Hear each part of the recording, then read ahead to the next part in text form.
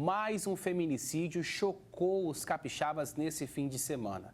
O crime foi registrado por uma câmera de segurança e as imagens são fortes. Aline Ribeiro, de 35 anos, está sentada na porta de um bar com várias pessoas, tá vendo aí? O ex-marido dela, Felipe Silva, chega e os dois começam a discutir. Veja só, de repente ele tira a arma e de forma covarde, sem dar chance de defesa à mulher, atira, dispara várias vezes contra ela. Detalhe, momentos antes de ser morta, a Aline ligou para a polícia. Na ligação, ela avisa que o ex-marido, que não aceitava o divórcio, a estava ameaçando de morte na porta do bar. A polícia chegou a ir ao local para verificar a denúncia, mas quando os policiais chegaram, já era tarde. A Aline havia acabado de ser assassinada.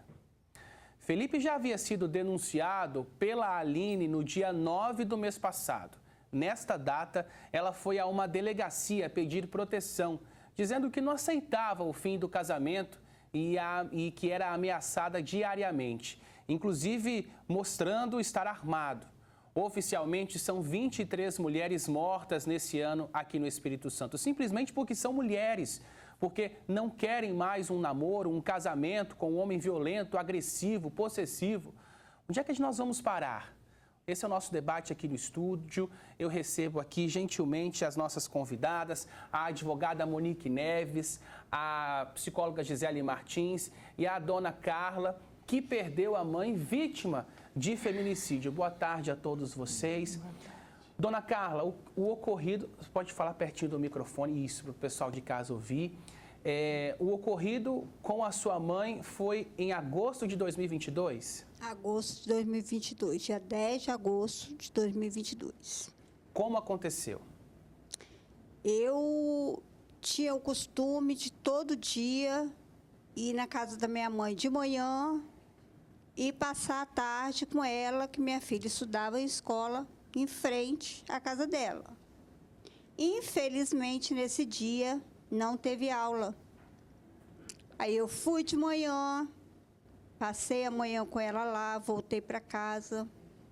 Falei com ela, mãe, eu vou em casa, vou tomar um banho, que eu estava suada, e volto. Só que não deu tempo de eu chegar em casa. Quando eu cheguei em casa, uma vizinha ligou para o telefone da minha filha, que na época com 11 anos. E falou com ela assim, Cauane, pede a sua mãe para vir aqui, que aconteceu alguma coisa, que o Clóvis passou aqui cheio de sangue. Nós viemos. Eu, minha filha e minha nora. Aí nós íamos pela rodovia e tinha uma ruazinha, tem uma ruazinha atrás que dá na minha casa. Quando nós estávamos chegando na esquina da minha mãe, eu vi ele passando por trás. Só que eu tinha mania de, antes de entrar na casa da minha mãe, eu olhava pela gretinha do portão e chamava ela. Aí eu olhei o portão, aí eu falei com a minha filha, Cauane, sua avó está caída. Eu abri o portão e ela falou, mãe, eu vou ajudar minha avó a levantar, com 11 anos de idade. E aí você viu toda aquela cena? Aí minha filha saiu correndo e eu entrei. Uhum. Quando eu entrei, a minha mãe já estava caída, com o pescoço cortado e ainda jorrando sangue pelo pescoço. E dona Carla, a senhora estava me contando antes do programa começar que ele era o companheiro da sua mãe, era uma pessoa que bebia muito, né? Usava drogas, entendeu? Ele bebia, ele usava droga. Aí nesse dia que eu estava lá, na parte da manhã, ele foi para dar um tapa na cara dela. Aí eu entrei na frente, eu falei com ele, nela você não bate. Aí ele pegou, só falou comigo assim, você é muito abusada. e saiu. Minha mãe, inocente, falou assim: ele agora só volta de noite, que ele está bêbado. Só que aconteceu o fato de eu ir em casa e não dar tempo de voltar.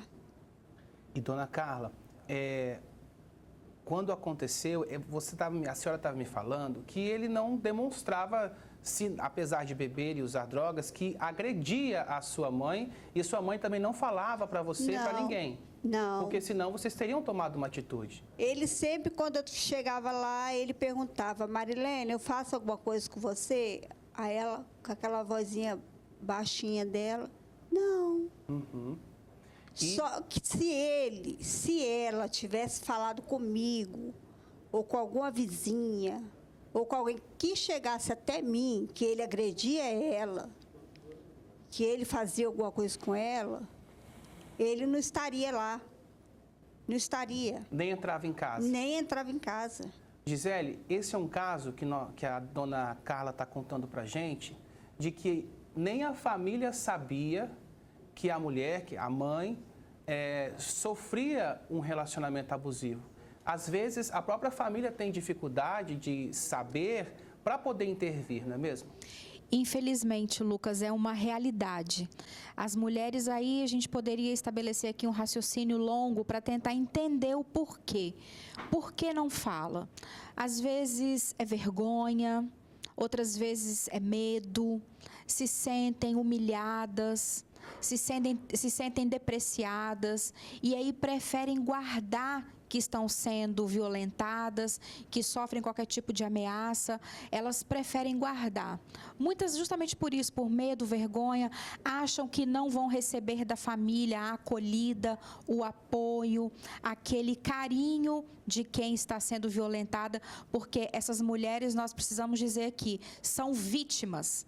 Elas não são culpadas, ainda que o agressor queira colocar qualquer tipo de situação para culpabilizá-las, isso não é verdade. Elas são vítimas, mas muitas vezes, Lucas, a própria família, às vezes viu uma coisa ou outra e justamente faz isso, culpabiliza essa mulher. E aí ela pensa o quê? Como é que eu vou contar? Como é que eu vou dizer? Quem vai me apoiar? E eles fazem, esses abusadores e esses agressores, uma pressão psicológica muito grande. Se você se separar de mim, eu vou te matar, você não vai conseguir ninguém. Começam a depreciar o corpo, depreciar as suas habilidades. E aquelas mulheres, muitas vão acreditando que se de fato se separarem, que se de fato buscarem ajuda, elas não vão achar. E que a vida delas se resume a eles. E você que nos assiste hoje, passa por esse tipo de agressão, não acredite, porque isso não é verdade. É possível achar apoio, né? A nossa advogada pode nos ajudar com isso. Nós temos muitas formas de apoio e de ajuda, mas não aceite esse tipo de violência. Perfeito. Isso que é o recado que nós sempre passamos aqui no Fala Espírito Santo. Agora, Monique, no caso de Aracruz, a mulher chegou a denunciar a polícia, pediu ajuda, pediu socorro, mas quando a polícia chegou ao local, era tarde demais. Não dá para a gente aceitar uma situação dessa, uma vez que essa mulher poderia estar viva hoje, caso ela tivesse uma proteção do próprio poder público mais cedo, antes disso ter acontecido. Então, Lucas, a gente observa o quê? Infelizmente, hoje é uma realidade que nós estamos vivendo semanalmente no Estado do Espírito Santo. Muitas mulheres estão sendo vítimas, infelizmente, muitas perdendo a vida também. Mulheres que estão sendo assassinadas sem ter a oportunidade de buscar auxílio. Algumas, sim, igual ela, chegou a ligar para o poder público, chegou a acionar a polícia que chegou depois que ela estava morta. E aí eu fico um pouco assustada com o comportamento das pessoas ao redor. Durante a filmagem, que eu assisti várias vezes hoje já, as pessoas que estavam ali sabiam que ele oferecia risco para ela, ela permaneceu sentada, ela é uma mulher livre, ela pode estar em qualquer lugar, mas ela continuou sentada ali. As pessoas que estavam ao redor sabiam do risco e também não fizeram nada. Inclusive, na filmagem, Tinha um senhor com a camisa do Flamengo que ele estava tomando uma cerveja, ela foi assassinada, ele continuou tomando a cerveja. Eu fico pensando a que ponto chega as pessoas que estão vendo mulheres serem assassinadas e não se assustam com isso. Não fazem nada. E aí nós temos realidades também, por exemplo, eu sei que minha vida está em risco. Eu vou ficar num lugar vulnerável? Eu tenho a liberdade de ir aonde eu quero. Ela ligou, ela pediu ajuda, mas ela sabia que ele estava ali. E o que nós podemos fazer com essas mulheres? Auxiliar, buscar, ajudar. Porque nós também não podemos ter a nossa vida privada, porque os homens não aceitam. No último programa que eu estive aqui, a gente comentou sobre aquela senhora de Venda Nova do Imigrante, que ele também não aceitava o fim do relacionamento. Infelizmente, perdeu-se o respeito pelas mulheres. Perdeu o respeito de aceitar o não que a mulher fala. E é lamentável isso. E o que o poder público pode fazer? Pode buscar, orientar, indicar para núcleos de atendimento. Só que tudo isso depende, né? Tem tempo, o encaminhamento, todo mundo sabe como funciona. Então, eu também tenho que me auxiliar, me prevenir disso. Como que eu posso evitar, né? Me distanciar desse agressor? E fazer valer também a medida também, né? Perfeito. A imagem é chocante e naquela situação, muitas vezes, talvez a pessoa nem sabe o que aconteceu direito, cada um fica em estado de choque, enfim, é realmente muito delicado. Agora, eu vou conversar com o Elias, que também também perdeu a mãe, vítima de feminicídio. Elias, muito boa tarde para você. Eu queria que você contasse o ocorrido com a sua mãe. Bom, boa tarde. Minha mãe tinha 60 anos, ela trabalhava como ambulante no centro de Vitória. Ela vendia água de coco há alguns anos e foi lá que ela conheceu o criminoso, né? A gente não sabe se ele se aproximou com algum interesse ou se precisava de emprego. E ele passou a ajudar ela. Minha mãe sempre teve um coração muito bom, aí creio que foi para ajudar ele. E eu cheguei a conhecer ele em alguma das vezes que eu estive lá também, não aparentava ser um cara violento, como eu então queria fazer o que fez. Mas aí fomos todos pegos de surpresa, né, porque após o crime ele disse que era apaixonado por ela e fez o que fez por ciúme de um outro rapaz que a gente também não conhece. Afirmou que eles tinham um relacionamento lá, mas o que é mentira, então a gente sabe, porque minha mãe sempre foi uma mulher íntegra, né? Sempre teve princípios e valores, casada há mais de 30 anos, mãe de 2 filhos, muito bem criados, graças a Deus. E fica aí o sentimento de vazio, né? A saudade diária. E a gente espera que dessa vez o criminoso pague da forma correta, porque ele já cometeu o mesmo crime em São Paulo alguns anos atrás, mas não ficou preso. Aí veio para cá e cometeu o crime novamente de forma covarde e fria. E a gente está tendo um apoio jurídico, até aproveito aqui para deixar meu agradecimento.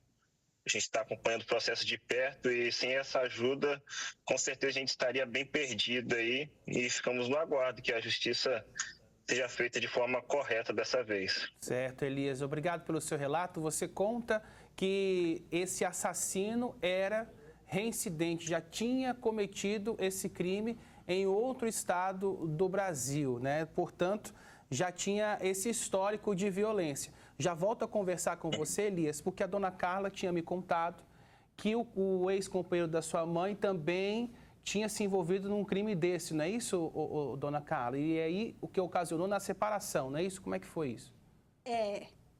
No dia do julgamento dele que eu fiquei sabendo que ele tinha matado uma mulher em Vila Velha. Aí ele também pegou ele tinha pegado 30 anos da mulher também, aí ficou foragido da justiça, aí veio para cá, ficou dando uma de bonzinho para todo mundo. E, infelizmente, ele fez com a minha mãe o que fez com a outra mulher. A gente não tinha conhecimento disso, eu fiquei sabendo na audiência. E ele se fazia de um homem bom. Ele, perto de mim, ele nunca destratou minha mãe. Ele destratou nesse dia, só que ele bebia muito Ela não era a mesma pessoa. Eu sentia que ela era uma pessoa mais frágil, porque quando ele foi morar com ela, ela tinha o restaurante dela, ela tinha o barzinho dela. Aí, quando ele foi morar com ela, ele desfez de tudo, não deixou ela mais fazer nada. Acabou com o restaurante, acabou com o barzinho dela, acabou com a vida dela também. Ou Porque seja, nesse caso, ele não acabou, não foi só com a vida da minha mãe. Ele acabou com a vida da minha família todinha. Acabou com a família de todo mundo. com certeza. Porque ele está lá. A gente está aqui, quem morreu foi minha mãe. Ele está lá comendo, bebendo, dormindo, tomando banho de sol, tudo nas costas da gente. É uma dor que não cicatriza, né, dona Não. Carla? Olha, os feminicídios, eles são crimes bárbaros, geralmente premeditados, e a maioria das vítimas aqui no estado tem entre 25 e 49 anos. Nós vamos relembrar agora alguns casos que marcaram os capixabas. Um dos crimes mais chocantes esse ano foi o da enfermeira Iris Rocha, de 30 anos, assassinada aos 8 meses de gravidez. Segundo as investigações, o suspeito do crime é o ex-namorado da mulher. O motivo? Cleilton Santana duvidava que o filho era dele. Cleilton foi indiciado por feminicídio, ocultação de cadáver e aborto, já que o bebê também morreu. Em fevereiro, na Serra, câmeras de segurança flagraram as imagens da morte de Joilza Santos da Silva. Ela foi esfaqueada na frente de todo mundo. Joilza estava dentro de casa quando o marido, Joilson Santos da Silva, chegou alterado, dizendo que iria matá-la. Foi aí que ela fugiu e correu até uma praça. O homem pegou o carro, foi atrás e tirou a vida dela no meio da rua. No começo desse mês, o corpo de Sara da Cruz Moulim Merson, de 28 anos, foi encontrado dentro do banheiro de casa, em Venda Nova do Imigrante, no interior do estado. O ex-namorado, Jonathan Baltz, é suspeito. Ele foi preso no dia seguinte ao crime, tentando fugir. Sara deixou 2 filhos gêmeos de 4 anos, frutos de outro relacionamento da jovem. Esses casos que impactam toda a sociedade, a gente vê um certo perfil. 90% dos casos envolvem companheiros, namorados, ex-namorados, ex-maridos, maridos. E em algumas situações existe esse homem, esse agressor, esse homicida, ele usa um poder de persuasão, de pertencimento, de posse da mulher para mantê-la sob sua tutela. Como que você vê essa questão da dependência emocional que esses homens utilizam das mulheres? Lucas, a gente precisa começar um pouquinho mais atrás para te responder isso. É a forma com que nós somos criados. A nossa cultura gera esse tipo de comportamento nos homens. Então, às vezes, é um pai desse agressor que já deprecia a própria mãe, deprecia as irmãs, deprecia uma moça que ajuda em casa, já começa lá atrás, já começa achando que a mãe não pode trabalhar, que a mulher precisa ser sempre aquela subjugada pelo homem, que a mulher não tem capacidade para fazer as coisas, que ela não pode estudar, ela não pode empreender, ela não pode trabalhar. Então, sempre aquela criança já é criada nesse ambiente aversivo com relação à figura feminina. Então, muitos desses comportamentos de agressores, ele começa lá atrás na infância. Então, para a gente evitar comportamentos agressores na vida adulta, nós precisamos começar a melhorar a criação dos nossos meninos.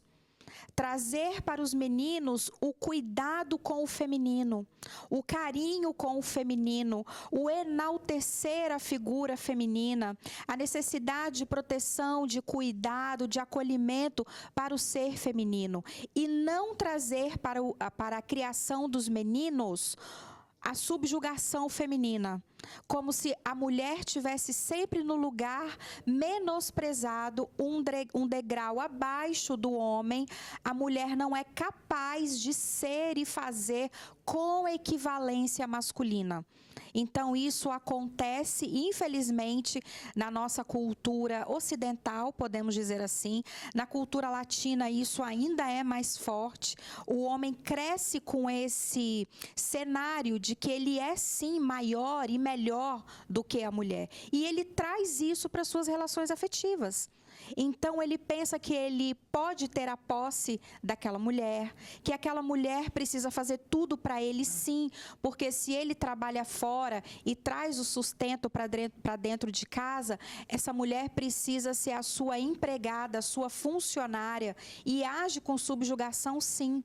Então, cria-se essa dependência emocional, essa desregulação emocional. E sabe, Lucas, essa desregulação emocional, se nós formos observar, não é só com relação às mulheres. Geralmente, esse homem, ele é desregulado no trabalho, ele tem uma característica mais agressiva, provavelmente ele é um homem agressivo com os colegas de trabalho, com os colegas do seu círculo de amizade, não do ponto de vista de violência física, mas às vezes é alguém abusadinho nas piadas, abusadinho na forma de falar, ele é abusado no trânsito, ele é abusado com figuras de autoridade. E aí, quando ele encontra uma mulher que é mais frágil, ele acha que pode fazer o que quer com ela, ele pode dominá-la, exatamente. A gente está, inclusive, aqui falando desse perfil dos homens que cometem esse tipo de crime, né? O que precisa ser mudado em torno disso. Monique, os dados do Anuário Brasileiro de Segurança Pública mostram que houve um aumento no número de medidas protetivas expedidas pela Justiça no Espírito Santo. Ainda há mais de 1.100 descumprimentos apenas nesse ano aqui no nosso estado. Hoje eu conversei com duas mulheres que foram vítimas de violência e buscaram ajuda na medida protetiva. E elas afirmam que não foi suficiente, porque esse homem descumpria, um deles entrou na casa dela e a agrediu, e elas falam o seguinte: naquele momento deveria impor a prisão desse companheiro. Quando que a justiça, qual é a linha da justiça em definir se aquela denúncia é suficiente para a prisão ou apenas uma medida protetiva? Então, a medida protetiva, ela vem com o objetivo de proibir qualquer tipo de aproximação, né? Tanto que fala lá 300 metros, 500 metros, que o homem não pode chegar perto da mulher. Nós sabemos que, infelizmente, existem alguns perfis, né? Eu vou falar assim, que é o perfil do homem, até mesmo de obedecer aquela determinação, e eles cometem, né? Eles de uma certa forma, não ligam para a medida. É triste, mas é uma realidade. Tanto que existe essa quantidade de quebras de medida. E hoje, o que eu falo, né? O judiciário, existem também juízes que entendem que a quebra da medida já é suficiente para decretar a prisão. Existem aqueles que às vezes vão no entendimento, que vamos chamar para um diálogo. Só que, vem cá, como é que é a agenda de audiência? Qual é o prazo que vai acontecer essa advertência, né? A gente sabe que o sistema hoje do judiciário, ele não comporta a quantidade de processos que tem. Por isso que eu falo, a família tem que estar presente, tem que estar auxiliando. Nós precisamos segurar na mão dessas mulheres que estão sendo vítimas de violência doméstica e ajudar elas a se reerguer. Por que eu falo isso? Porque a mulher que sofre violência doméstica, ela não consegue enxergar os fatos que ocorrem ao redor dela. Mulheres que muitas vezes sofrem violências há anos e continuam ali, porque igual ela falou da mãe dela, ele vai passar, foi um ato isolado. Ou então algumas que o agressor vai e diminui a mulher, outros dão um buquê de flor, outros batem num dia e no outro dia dão chocolate com rosas. Então, assim, são perfis de homens que eles têm a sensação de propriedade sobre a mulher. Eles entendem que a mulher é um objeto, é meu e ninguém pega. E quando ele percebe que ele perde o domínio, o que ele faz? Mata. Infelizmente. Então, assim, hoje nós precisamos ajudar essas mulheres. Nós que somos amigos, parentes, temos pessoas próximas que estão sendo vítimas de violência doméstica, precisamos sim segurar na mão dessas mulheres, mostrar a elas o que está acontecendo, porque às vezes foi só um empurrão, porque às vezes foi só um puxão de cabelo, porque às vezes foi uma violência sexual porque ele estava bêbado.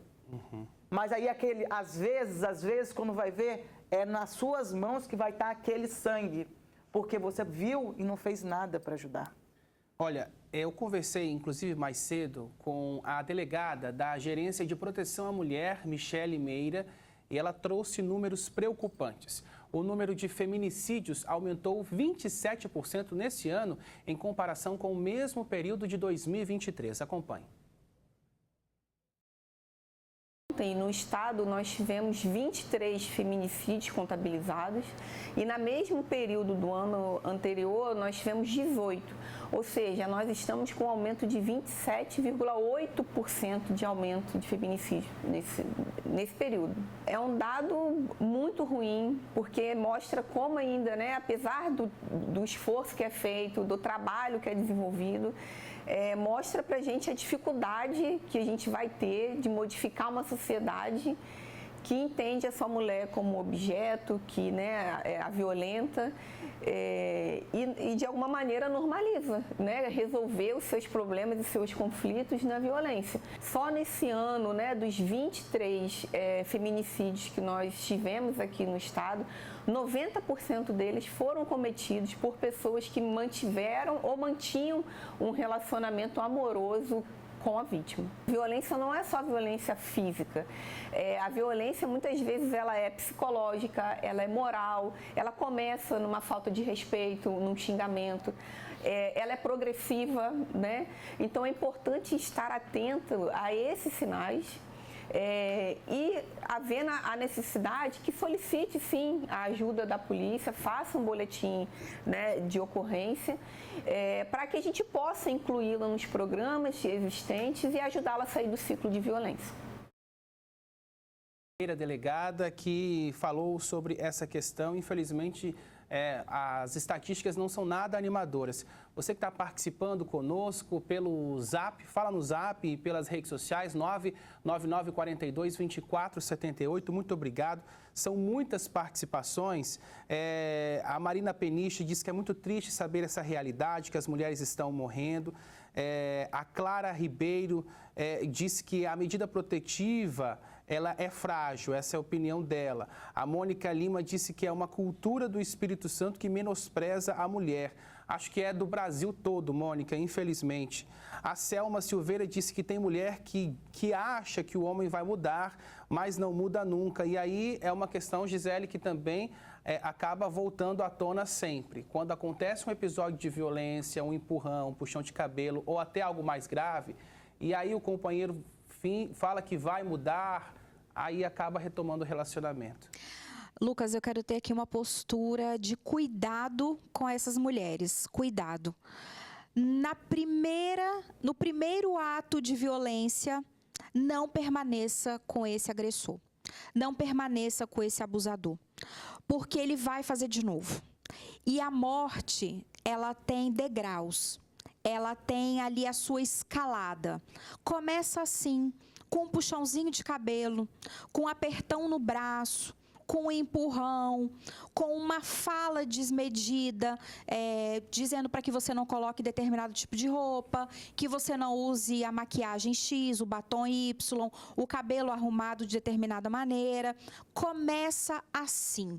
Parece muito despretensioso, parece com cuidados, não é verdade? Parece com carinho. Muitas vezes esse agressor usa esse tipo de expressão. Eu estou falando isso para você porque eu te amo. Eu estou falando isso para você porque eu quero cuidar de você. Isso não é verdade. Isso não é amor. Isso é uma visão míope do amor. É uma visão equivocada. E isso não é amor. Então, mulheres, na primeira investida de agressão, não permaneça com esse agressor, porque isso vai piorar. Isso pode ser que chegue num triste desfecho, como nós vimos aqui em tantas matérias hoje no programa, de morte. E você pode ser essa vítima. Não subestime, você pode ser essa vítima. Ficou o recado da Gisele, que representa todos nós. Gisele, muito obrigado pela sua participação. Gisele Martins, psicóloga, a Monique Neves, advogada, e a dona Carla, que contou aqui, compartilhou a história que aconteceu com a família dela. Muito obrigado, viu, pela gentileza de virem aqui conosco para debater esse assunto tão importante. Eu que agradeço, tá? Pra vocês não esquecer o caso da minha mãe. Sim, com certeza. E a senhora se emocionou, obrigado por ter vindo aqui. O seu relato foi muito forte, muito importante, viu, dona Carla? Eu que agradeço.